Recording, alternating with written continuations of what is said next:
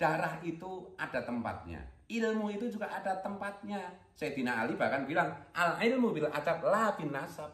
Ilmu itu karena adab, karena belajar, karena prihatin, karena riyadhah, bukan karena nasab, bukan karena darah.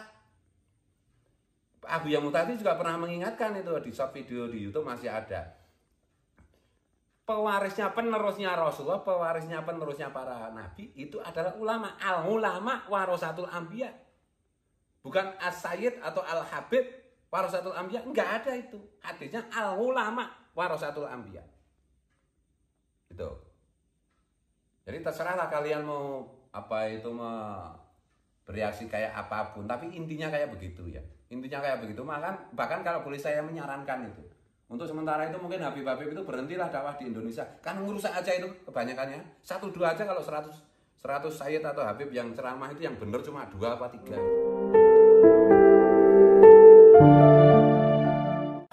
Yang waras tidak boleh mengalah terhadap mereka para pencuri agama yang menjadikan agama sebagai alat politik.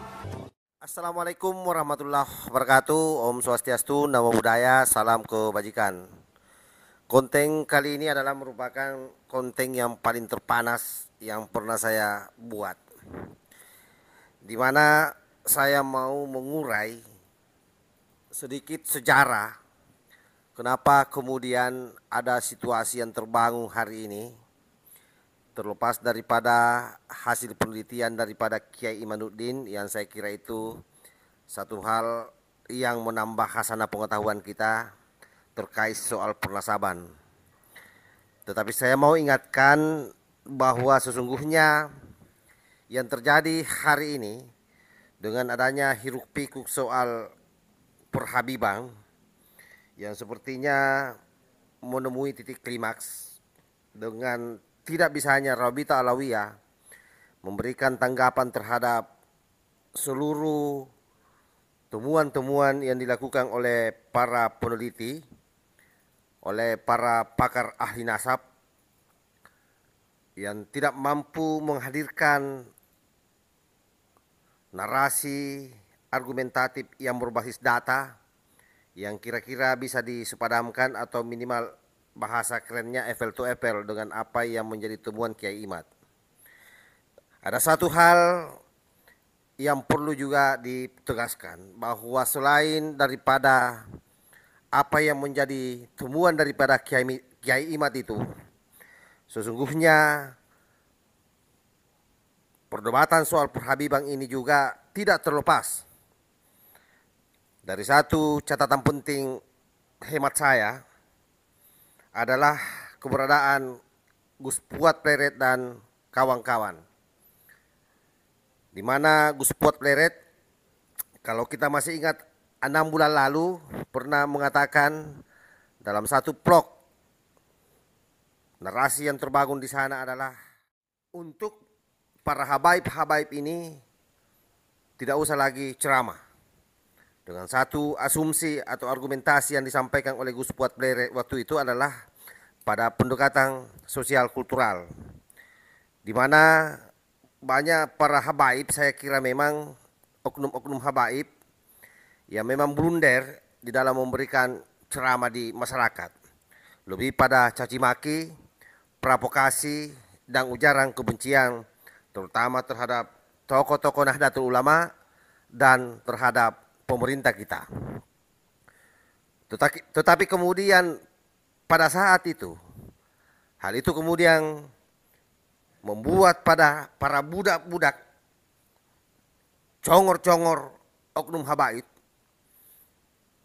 memframing habis-habisan video daripada Gus Fuad Pleret, mengatakan bahwa Gus Fuad Pleret membenci habaib dan bahkan mengeluarkan pernyataan melarang habaib untuk berdakwah. Digelindingkan oleh ratusan YouTuber yang pro terhadap oknum-oknum habaib tersebut. Hal ini kemudian membuat reaksi para YouTuber Aswaja dan YouTuber NKRI mengkanter narasi-narasi yang dibangun oleh para kucluk, kadrung, biadab, bangsat. Akhirnya Ada satu momen terjadi persekusi yang dilakukan oleh para kadrung terhadap Gus Fuad Pleret dengan asumsi bahwa mereka mau tabayung. Gegerlah permedsosan waktu itu, terutama di kalangan anak-anak muda NU yang tidak terima Kiai Fuad dipersekusi.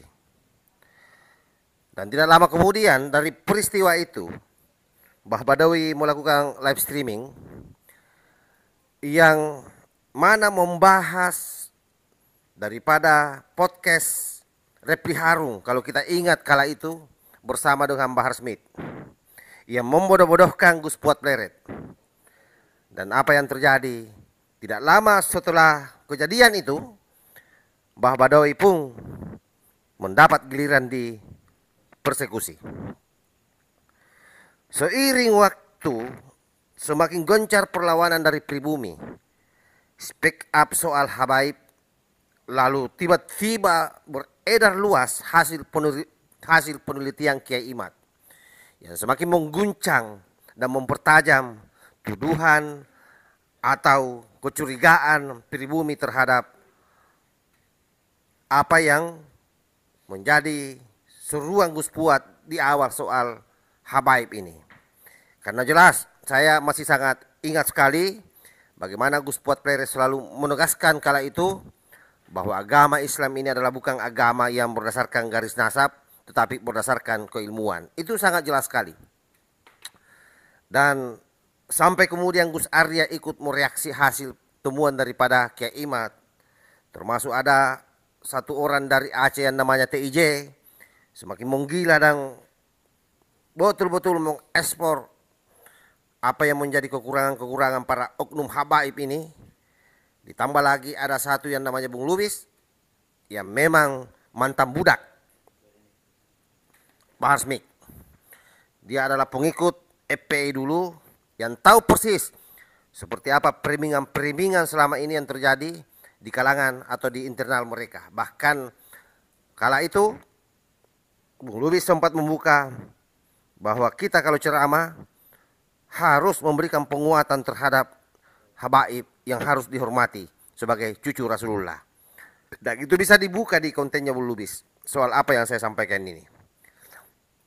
Karena itulah sekelumit rentetan cerita ini sesungguhnya memberikan penegasan bahwa apa yang terjadi hari ini itu sesungguhnya tak lebih daripada muaknya kaum pribumi, muaknya nasionalis, kaum nasionalis, muaknya kaum Nahdien terhadap mereka para oknum-oknum habaib yang selama ini membangun ujaran kebencian di media sosial, membangun provokasi di media sosial, membangun cacian dan mendegradasi, dan kadang-kadang mendegradasi ulama-ulama Nahdlatul Ulama.